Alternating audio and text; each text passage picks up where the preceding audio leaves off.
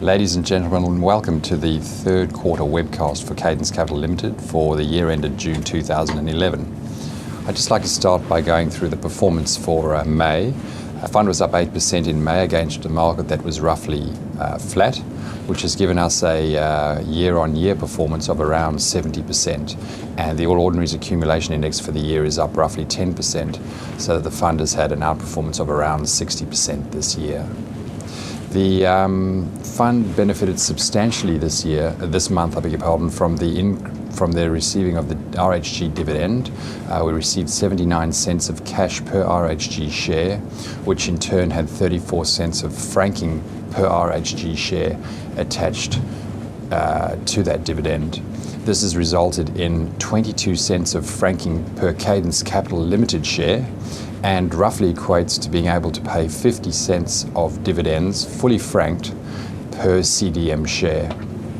Just to stress the importance of that number, I've indicated that could result in the board agreeing to pay out, for example, a 6 or 7% fully franked yield for the next 6 years based on a $1.25 share price, which is the current CDM share price.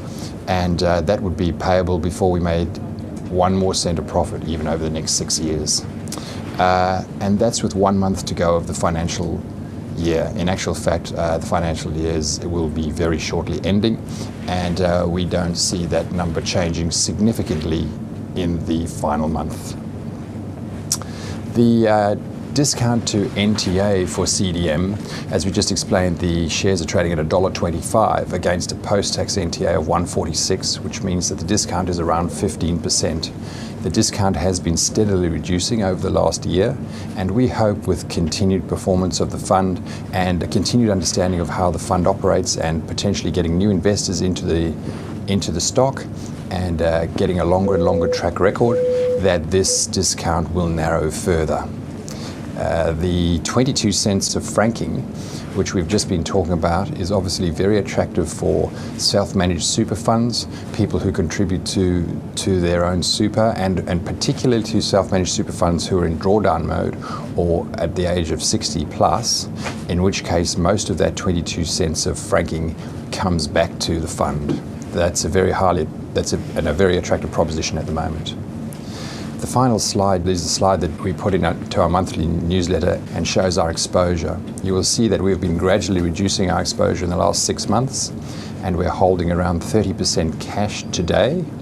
And if you were to include RHG as a quasi-cash position, we're actually holding around 55% cash. So very conservatively positioned in terms of equity exposure and quite a lot of cash in the current environment.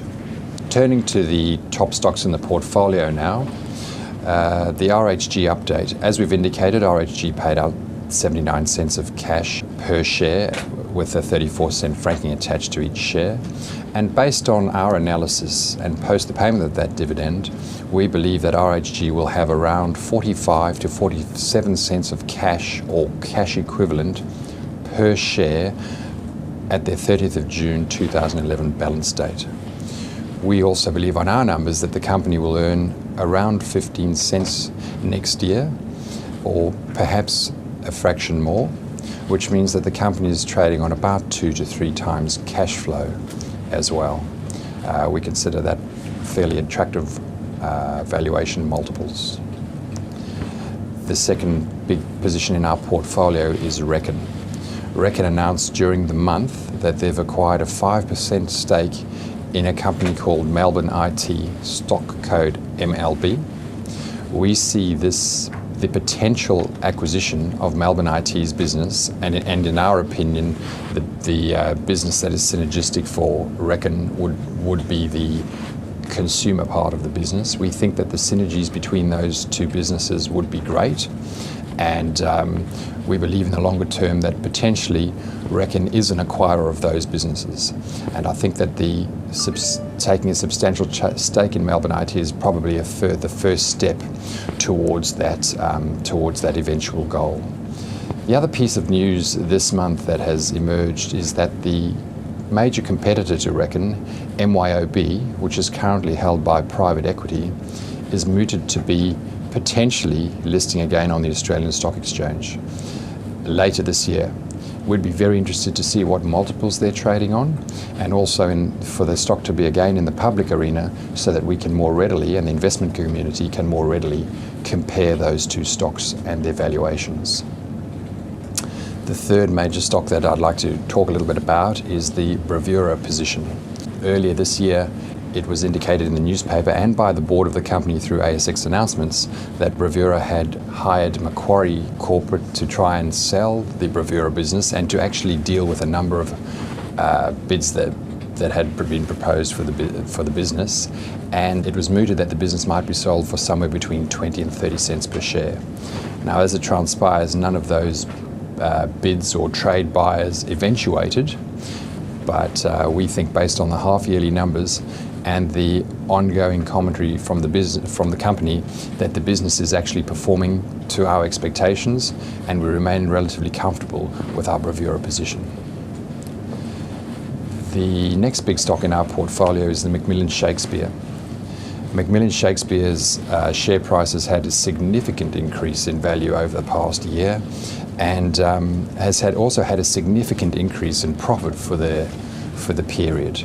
The now in hindsight astute acquisition of the interleasing business has significantly increased profit, and we believe was acquired at very, very good valuations. The changes to the fringe benefits tax that were mooted earlier this year and which have since come to pass were not as great as expected, and as a result there are more potential customers for Macmillan Shakespeare's fringe benefits tax business, and Macmillan Shakespeare remains very well positioned to grow their business and is extremely well managed. The final position we'd wish to give an update on is Rio. During the past 6 months, you may have noticed in our newsletters that we have substantially reduced our exposure to the materials and resources sector, and that we have also started to reduce our exposure to Rio. Now, we started to acquire our position in Rio just after the global financial crisis, when the business was recapitalized at around $34, and recently we have been selling our stock around the $80 to $85 mark, and we've sold a little bit of stock around the $75 mark. The general trend for us is that we have been migrating out of resource stocks, despite the fact that they're experiencing record cash flow numbers, simply because the resources sector and commodity prices in general have started to roll over, and as a result we've been steadily exiting these positions. Now, that is certainly the case in the short term, and it's yet to be seen whether that turns out to be the long-term trend. During the quarter, Cadence Capital Limited has also been rated by the Zenith Group, and we're pleased to say that we've received a recommended rating from Zenith, and we will be putting that research report up on our website at www.cadencecapital.com.au in the news section of our website. We are also to be included in the upcoming Patterson Securities report on listed investment companies, and we're pleased to say that early indications are that Cadence Capital Limited has been the number one performing listed investment company over 1, 2 and 5 years.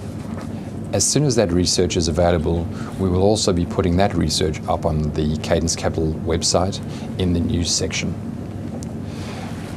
Ladies and gentlemen, as usual, we always encourage our shareholders or any potential shareholders to either call us in our office or contact us via email or get any additional information they would like from our website.